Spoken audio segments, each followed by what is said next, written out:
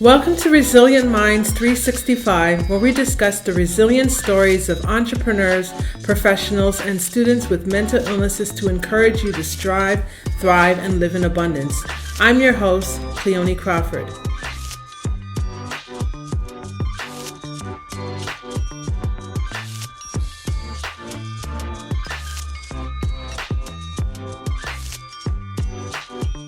Hey y'all, welcome back to another episode of Resilient Minds 365. I'm Cleoni Crawford, your host. Today, guys, we have a special guest with you all the way from UK. We have Harriet Barnsley with us. Who is Harriet Barnsley? Well, Harriet Barnsley is a philosophy grad who is birthed out of Birmingham, England. She is currently writing a memoir. In her life, she has experienced an RTC, which is a road traffic collision, and is now a wheelchair user. In addition, she lives with TBI, which is traumatic brain injury, bipolar, psychosis, and is a road safety advocate. With that said, I now present to you Harriet Barnsley. Harriet, how are you doing today? Hey, I'm good, thank you. How are you? I'm doing well. I can't complain. It's been an up and down day, but Yeah, I feel that. yeah, it's definitely been an up and down day, but it's a good day nonetheless. So, Harriet, maybe you can tell us a little bit more about what you do, your profession, how you got started. Um, yeah, just tell us a little bit more about what you're currently doing and what you have done. What I'm currently doing. Well, so I'm currently volunteering for 3 different organisations. One of them is a newspaper so I volunteer as an editor for a newspaper that's read out loud for the blind and partially sighted. I volunteer for Scope, a disability charity. I volunteer on a helpline for people in need that are like lonely, sad, or suicidal. I'm a wheelchair tennis player. I play that on a regular basis. I do a variety of little things really, rather than one big main thing. So yeah, I'm writing a memoir. I've been writing for a while about my recovery from getting hit by a car, which I'll go into after this. Yeah. And now I'm just trying to live a good life, trying, like exercise and eat well and just and meditate and do bits of yoga and just trying to add in as many positive things I can to my life. Okay, cool. So you're writing a memoir. What motivated you to write this memoir? Well, I understand that we're going to talk a little bit more about that later, but What motivated me to start writing the book? yes. Yeah.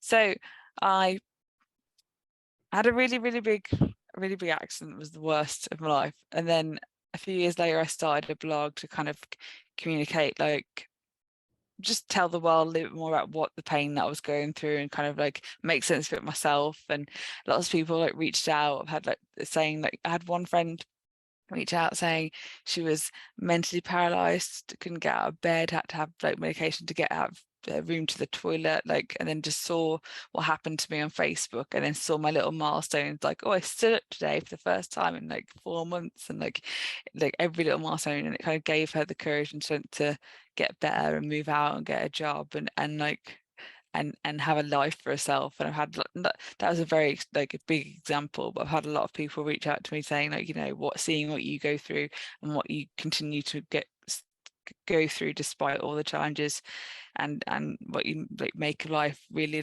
inspires me to cope better with mine. So then I just, after writing a blog for several years, I was like, I don't really enjoy the writing process. So I was like, I want to reach more people. I want to write a book about it, and that's to put it in a different way and get through to different people, because if you want to learn something in life, generally, you don't want someone to say, this is what you should do, this is how you fix problems. You want to I don't know, go away and research it yourself and find out take different bits of people's stories that speak to you. Mm-hmm. Cool. Cool. That makes sense. That makes sense. Well, thank you very much for sharing that. Your process and your motivation for writing your new book. So when do you hope to have it published? I've got most of it written. I've got like 100,000 words written. I'm just currently growing a social media platform following to then get it out, to hopefully get a literary agent and then get it all sorted. If not, I'm gonna self-publish it when I like get around, like when I finish it. But like I don't know, so it's important with a book to have an audience to then like show it to get it kind of recognized. And I've got like 17,000 followers on Twitter, and I've started to grow it on Instagram, and just like the more people that I can reach to then hopefully reach with the book, I can also reach to talk about other things like road safety and like important matters. I think it'll always be good to have a good reach. Right. That makes sense. That makes a lot of sense. Okay, cool. Well, thanks for letting us know what you do. So we're gonna move into the mental health piece of the interview. With that said, my first question to you is, what is your mental health diagnosis and when were you diagnosed?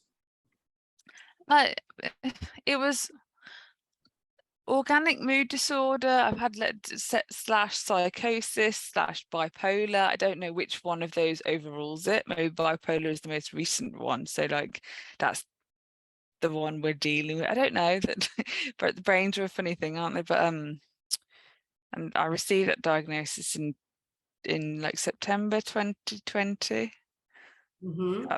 So, but like I started to suffer from the mental health thing. So that from a traumatic brain injury gave me like mood disorder and different problems. I started to suffer from that like almost straight away after getting the injury, and then spent 6 years not knowing what on earth was going inside my head, just thinking it was just specifically to me, because I thought it was just my specific brain injury, and how every brain's different, and all of a sudden, so like the things that were going on in my head, I thought they were just, I didn't know how to make sense of them. So it took 6 years till I got the diagnosis, and the diagnosis has been really freeing because now I know what I'm working with.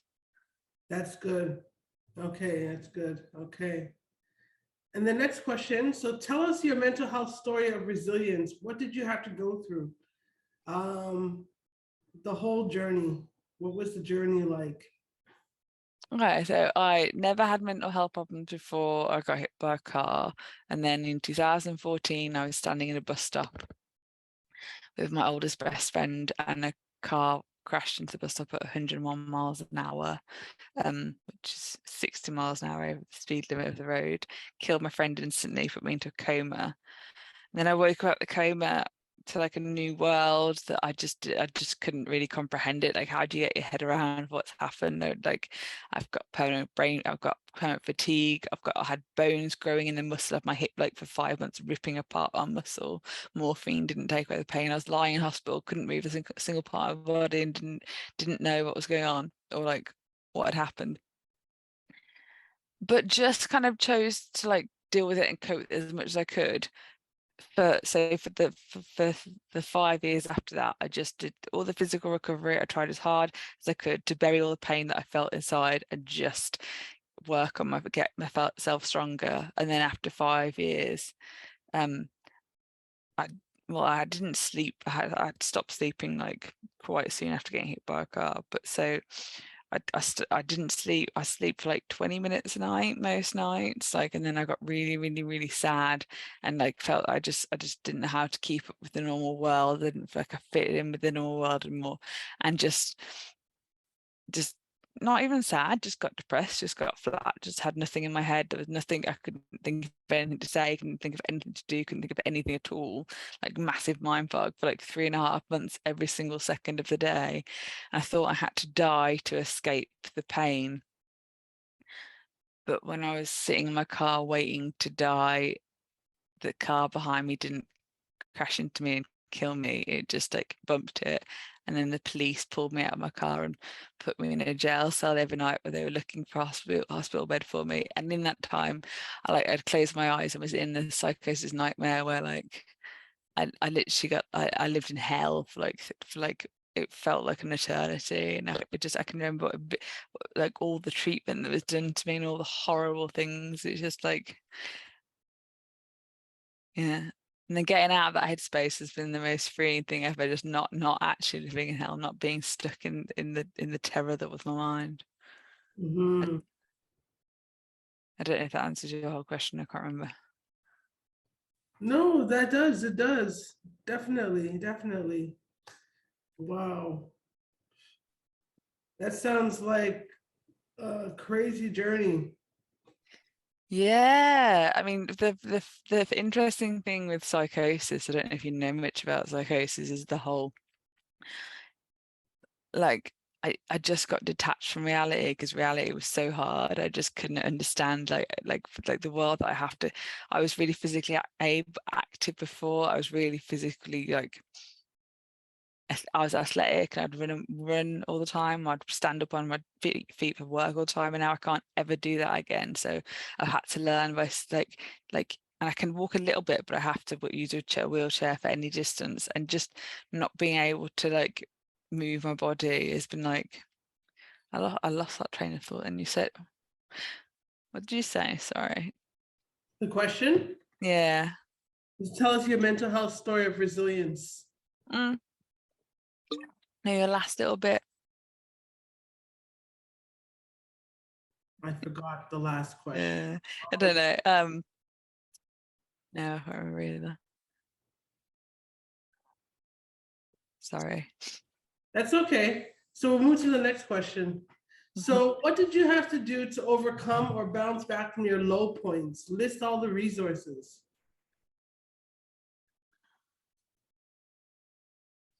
From all of my low points, for like the serious bipolar, blocked out absolutely nothing in my mind, thinking I had to die. I just had to keep going. I keep going and wait out the time. Like it's just, I don't know. I don't really like. Still fairly new to bipolar, but like I've had 3.5 month periods that are just like blackness, that I can't feel any joy or anything at all. So, and whenever I have a high, I then if I go too high, because I can get massive highs, but then the low, like it's like a natural come down, is the worst thing of the world. That kind of stops me from chasing the high. But I just have to ride it out, because like same with, I suppose, any sort of mental problem at all, or any struggle, is that you've just got to keep going. Like you've just got to like hold on, and like I know I lost all hope, but I still like had like an inkling inside me, hoping that something would happen and something would change so that I could make it through. Mm-hmm.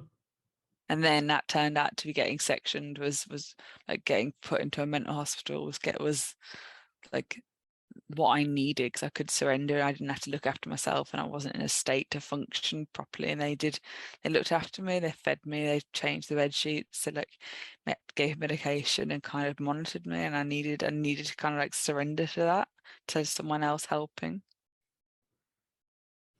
So the mental hospital helped you a lot in your journey. Was there anything else that helped you to help you bounce back from your low? And Mum's always helped me the whole time, and having people that accepted you, and even when I'm ill and saying things that aren't quite right, not having someone challenge me, having someone just accept me has been really important.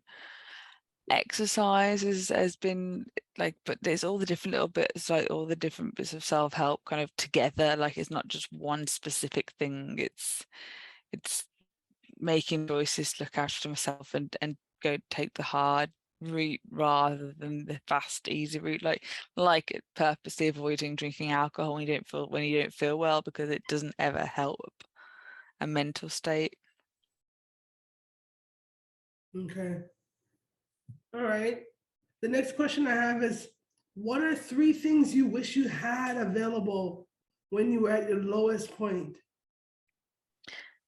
Right, I wrote these down, didn't I, for you? So I'm gonna get them back up again. Okay. Okay, 3 things that I wish that I had available at my lowest point.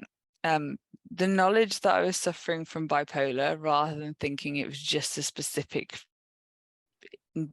mental condition for me that no one else could relate to. I remember Googling things, being like, trying to find more that felt the exact specific things that I was feeling, and I couldn't find them on Google, and I was just desperate. I needed someone that knew it. But then now being able to see in hindsight that was bipolar would have helped a lot, because now I can understand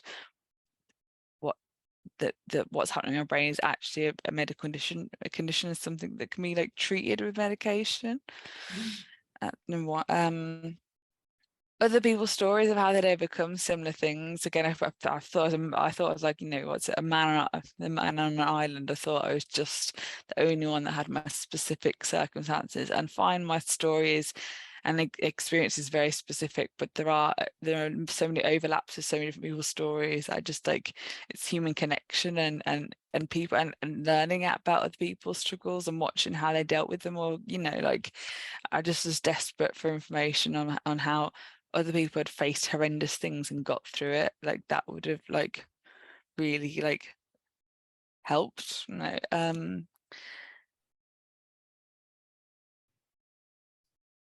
And just finding like something would have finding a way to deal with the 3.5 bipolar lows, because like I know that I'm going to have another one in the future, and medication doesn't touch it. I've just had to wait them out. It's just been, I've just sat there just been like, well, there's no, what's the point of me existing if I can't talk to people, or it was no fun to be around, and I don't enjoy any of the things that I like. Like, I'd like a way to deal with them, but I think I just have to go through them. Like, I think if I'm gonna live with bipolar, that's just something that's going to be part of my life.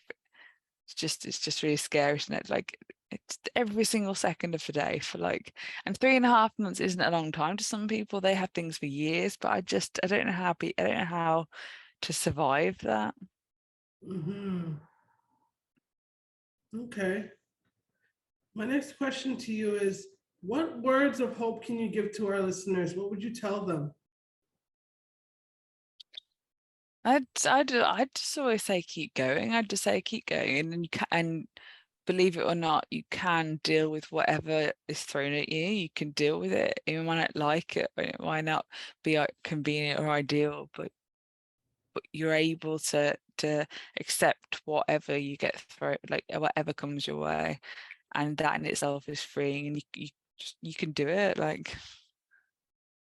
we've all got it inside of us. Right.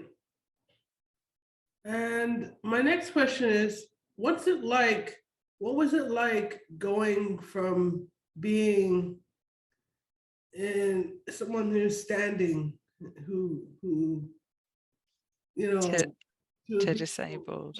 to being disabled, to being in a wheelchair? Really, really, really hard. It's like, but I think of all the of all the disabilities, I think it's slightly more accepted now. Like, there's the whole world. There's like people are nice to me when I'm in a wheelchair. They'll like they'll smile at me and ask if I need anything. They'll like, because it's a recognised disability. But like, for ones that like, for different challenges, like, I don't know, different mental illnesses or problems, I think if you're not in a with an aid to show that you're like physically disabled, you don't get recognized as much.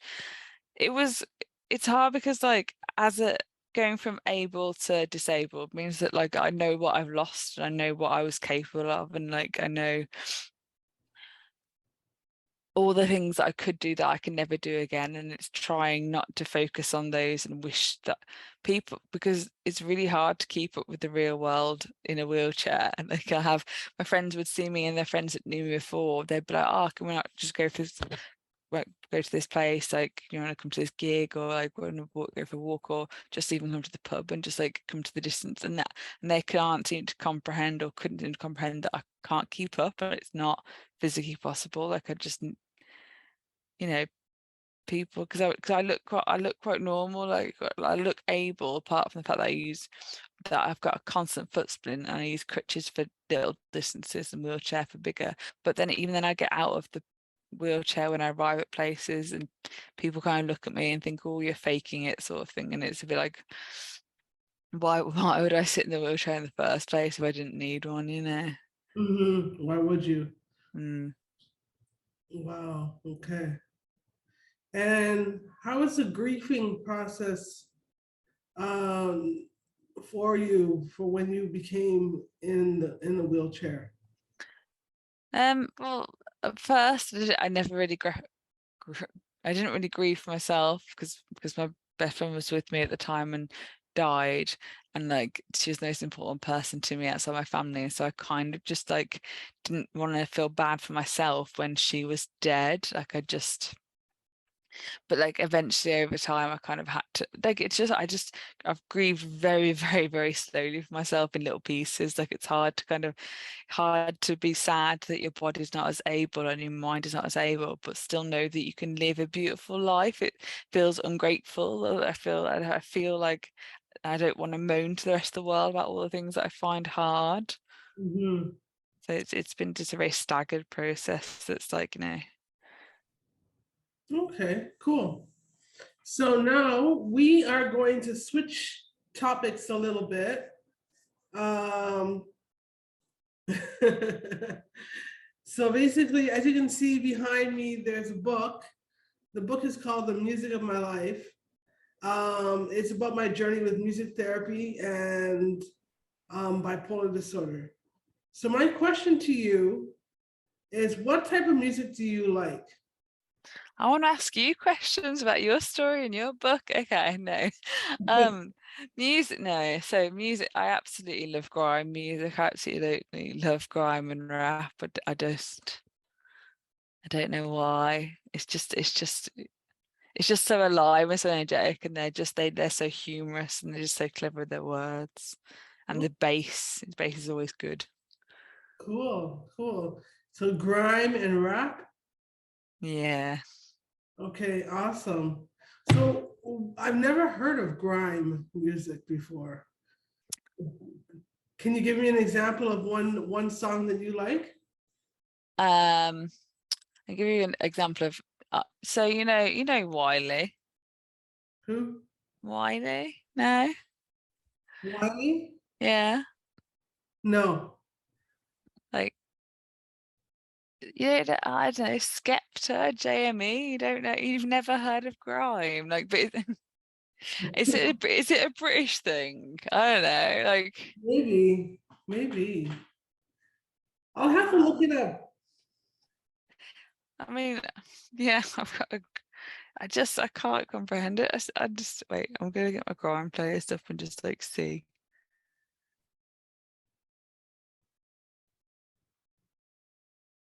So, have you ever heard of Stormzy?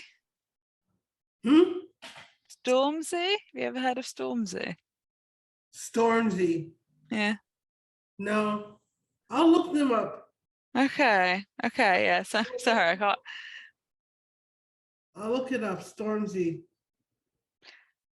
Okay, cool. So my next question to you, if you were to think of a song that best describes your journey, what would it be and why? Yeah, I have no idea how to answer that. Like, I mean, there are cheesy, corny songs, but I don't feel like they fit me. I feel like they're quite like, I Okay. want, I don't know, I want like a really cool rap song to kind of sum it up, but I can't think of one. Wait, yeah. What would you pick? For you, I would pick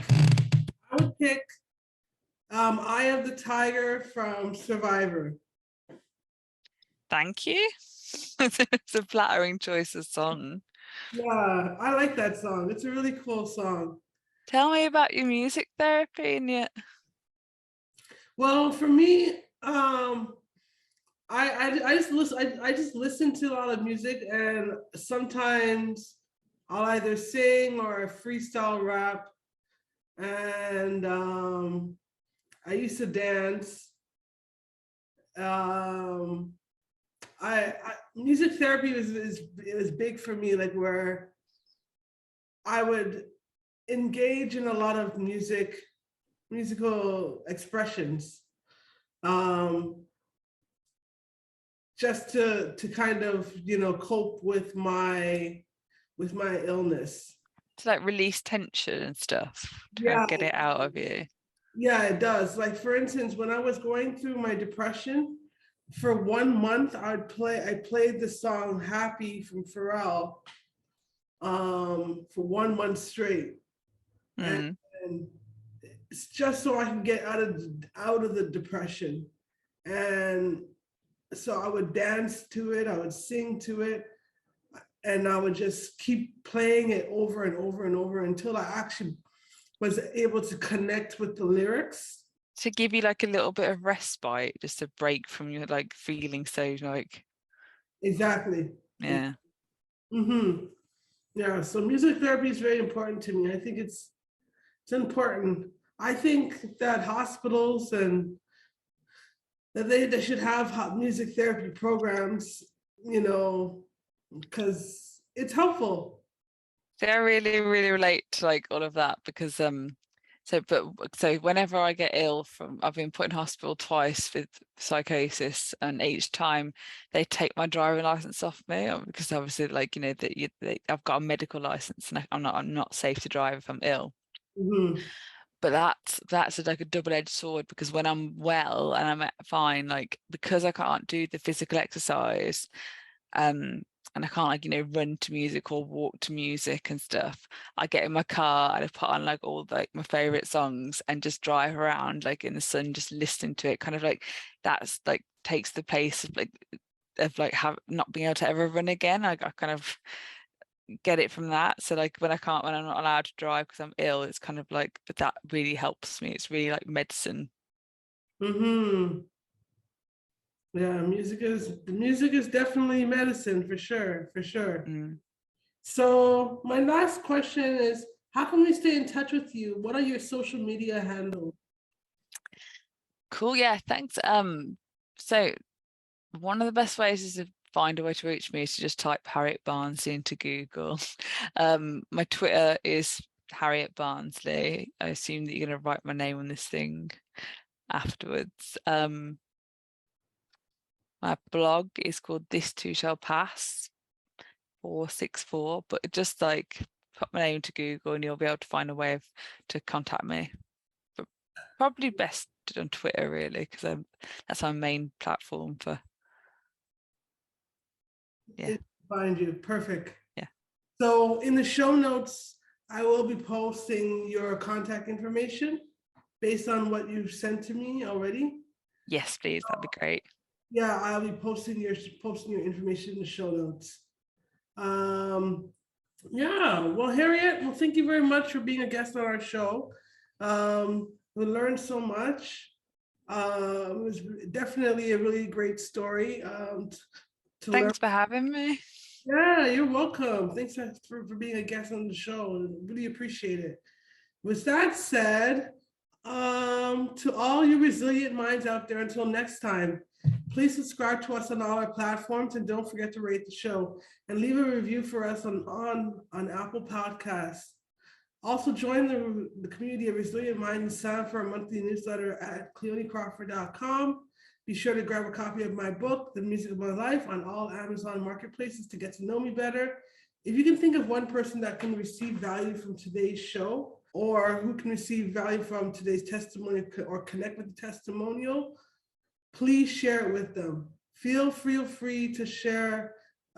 Feel free to take a screenshot of this week's episode of the podcast and tag us on Instagram. You can tag myself at Only Cleoni and Resilient Minds 365. And remember, mental health is not a death sentence. Despite your illness, you can strive, thrive, and live a life of abundance. Until next time, I'm Cleoni Crawford, and I'm signing off.